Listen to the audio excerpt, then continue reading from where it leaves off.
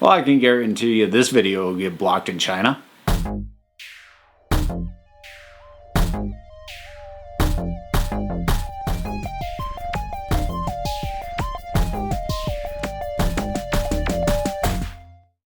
I want to let you know that this video is sponsored by the podcast Radio vs. the Martians.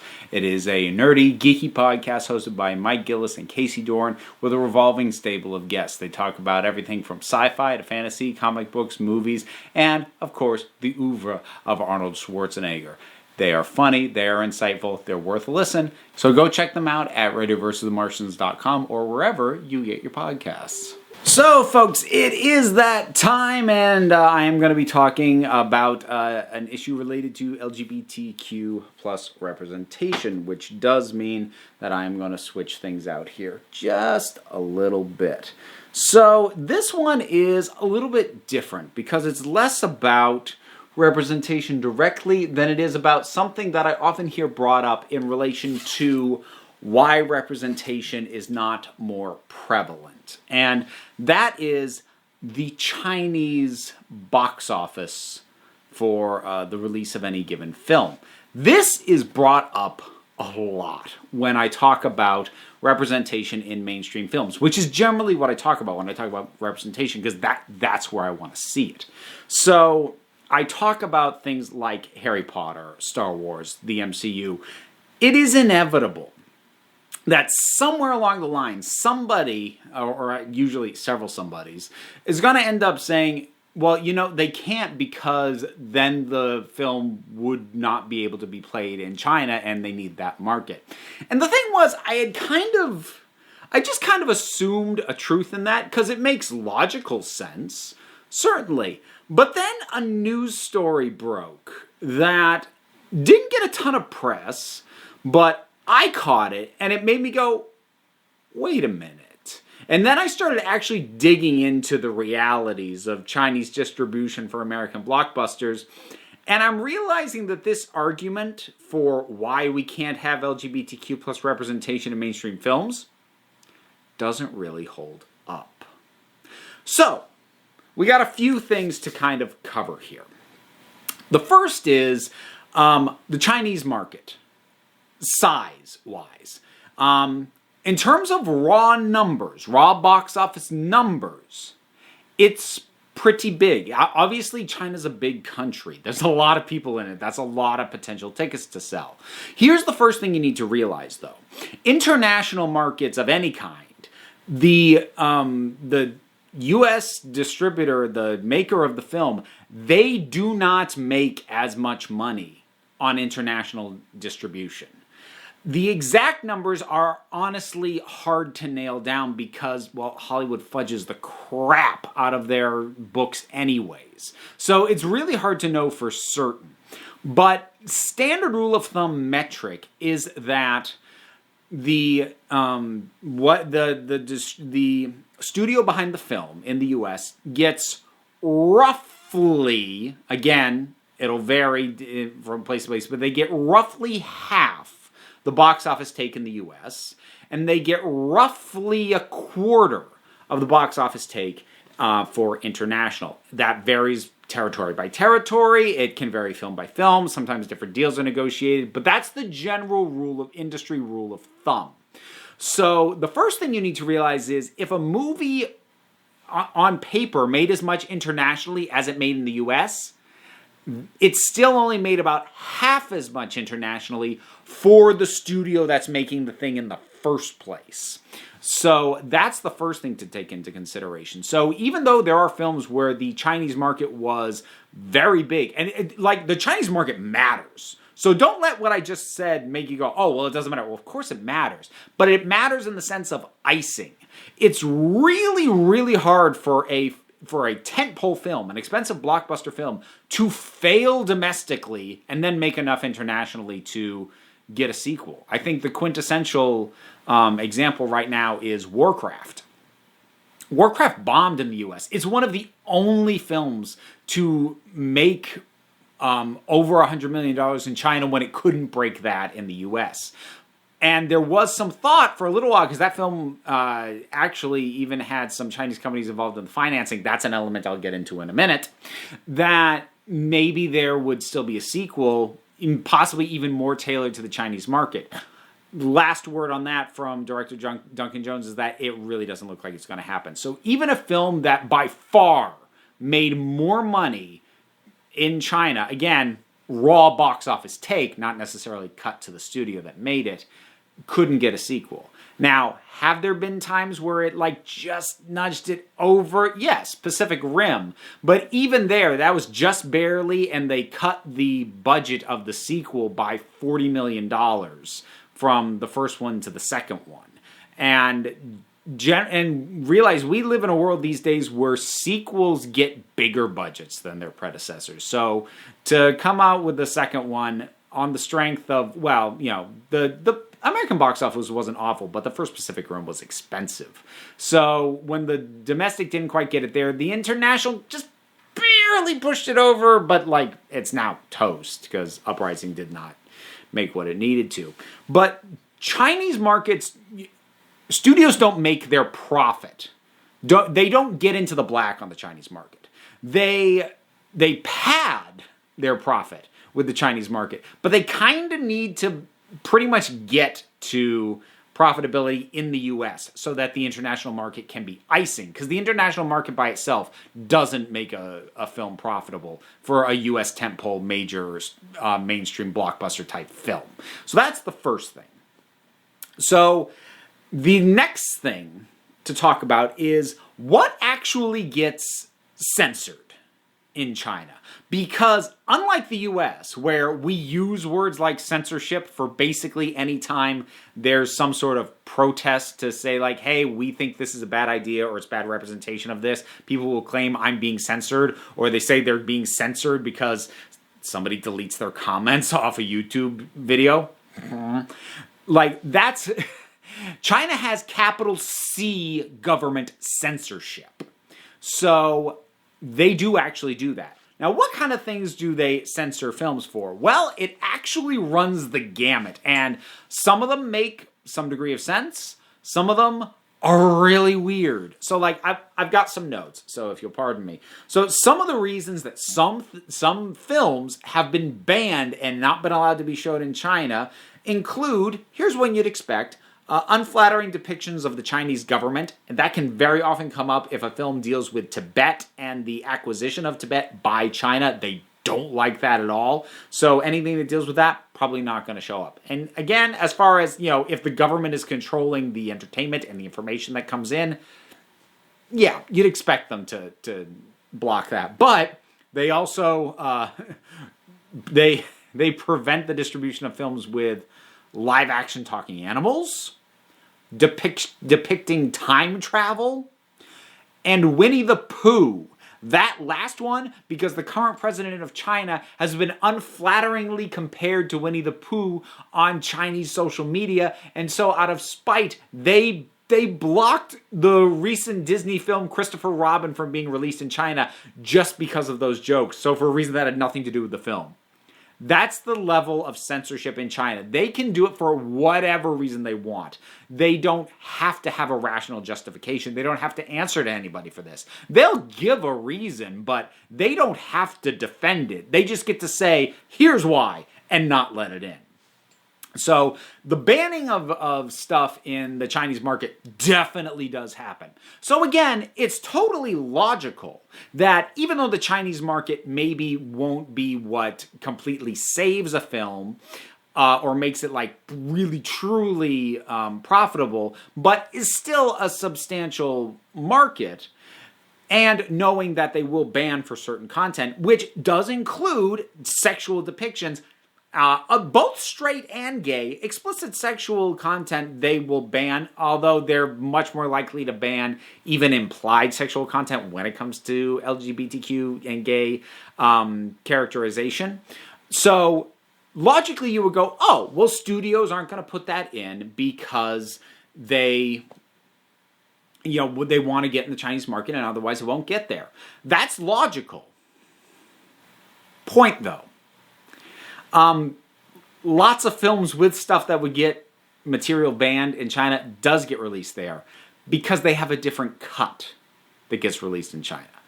Basically, the times at which something gets outright banned is when the reason it's getting banned is so intrinsic to the plot that you can't actually remove it and still have a functional narrative. So, like Brokeback Mountain.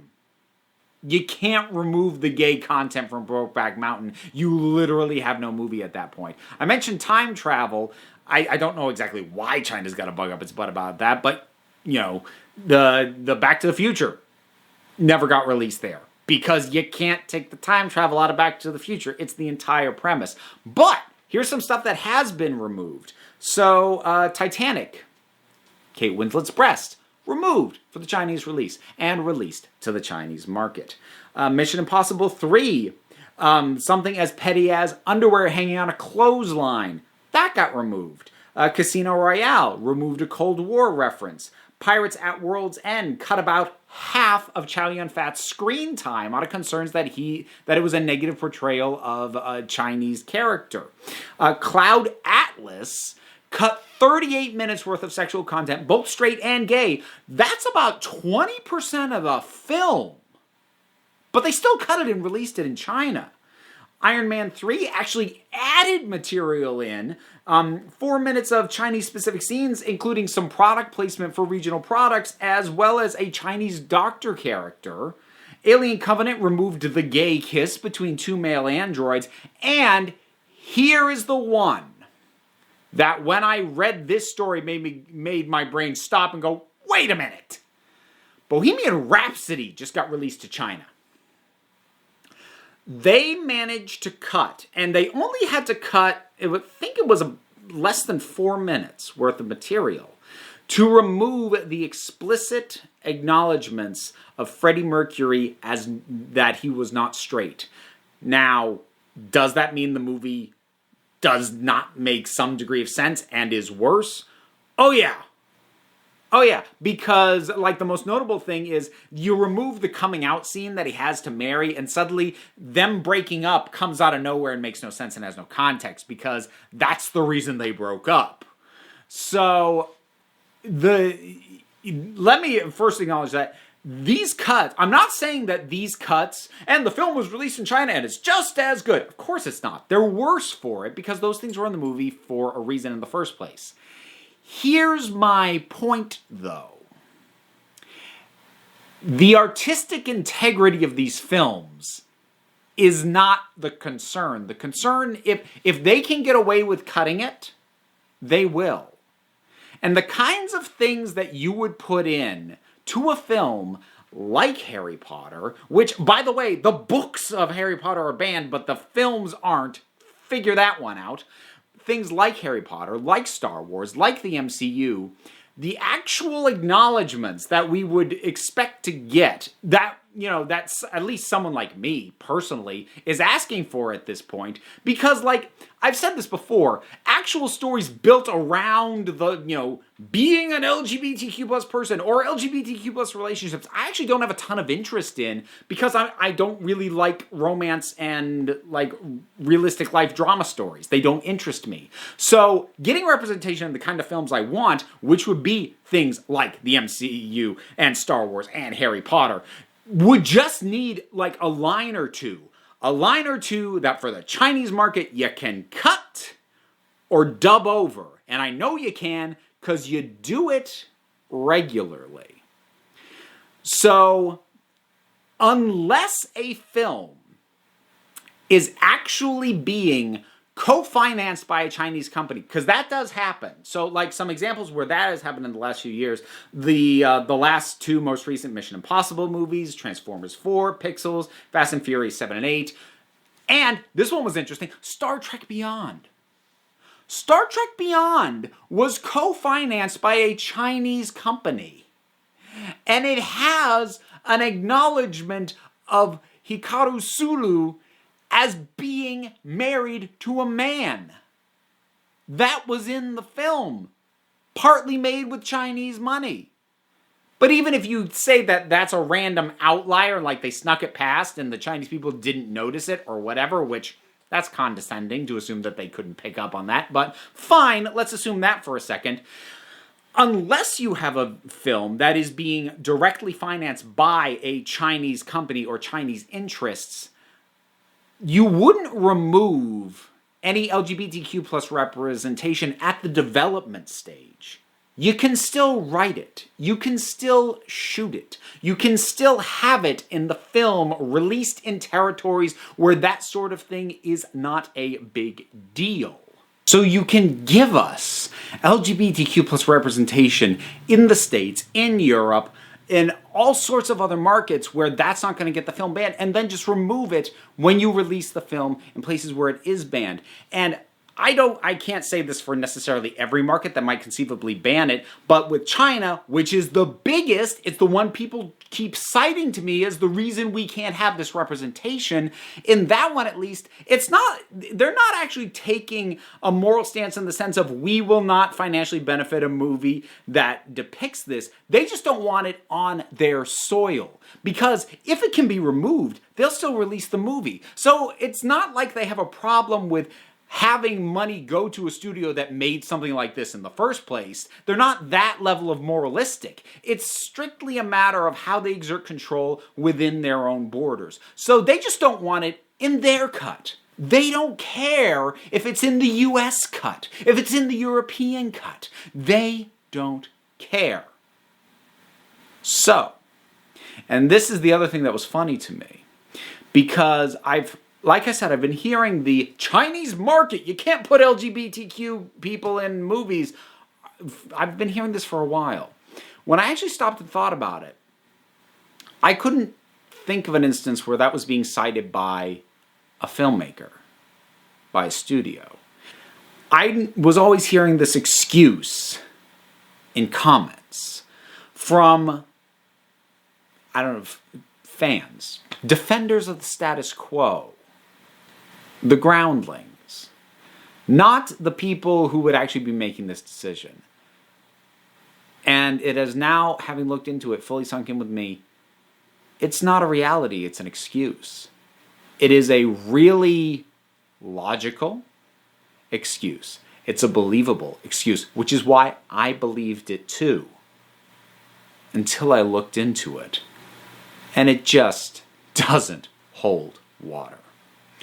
So, next time somebody, well, in my comment section, certainly, but I would say wherever, tries to make the claim that we can't have gay people, lesbians, bisexuals, transgender people, gender fluid people, asexual people, none of this gender or sexual weirdness in our movies. We can't. I mean, it'd be nice, but we can't because of China. Next time somebody claims that, link them this video. Because they're wrong. They're making excuses. It is so easy to have a line confirming that a gay person freaking exists and dub it over. Cut it out. You do it all the time, Hollywood. So, people throwing out this excuse to defend them, stop. Because it's not true. The Chinese market being a reason that we can't have LGBTQ plus representation. Sorry, hands tied. We need that market. Don't think so. Whatever your thoughts are on this, drop something down in the comments. Let us talk about it. Talk about it respectfully.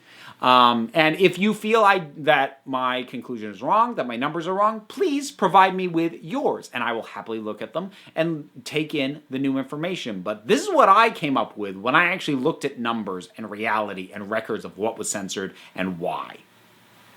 But whatever your thoughts are, drop it down in the comments, and we will indeed talk about it. Whole bunch of stuff to do down there. Buttons, links, Patreon. Be really appreciated. Trying to get a few more things off the ground, and yeah, it would help. But there's a whole bunch of other links down there besides. I wrote a book. I've got another channel that's more about this whole end of my life. So take a look at some of this stuff. Or don't. It's okay if you don't, because at the end of the day, folks, I mean, you're the council. I'm just running the meetings, and until next time, this council is adjourned.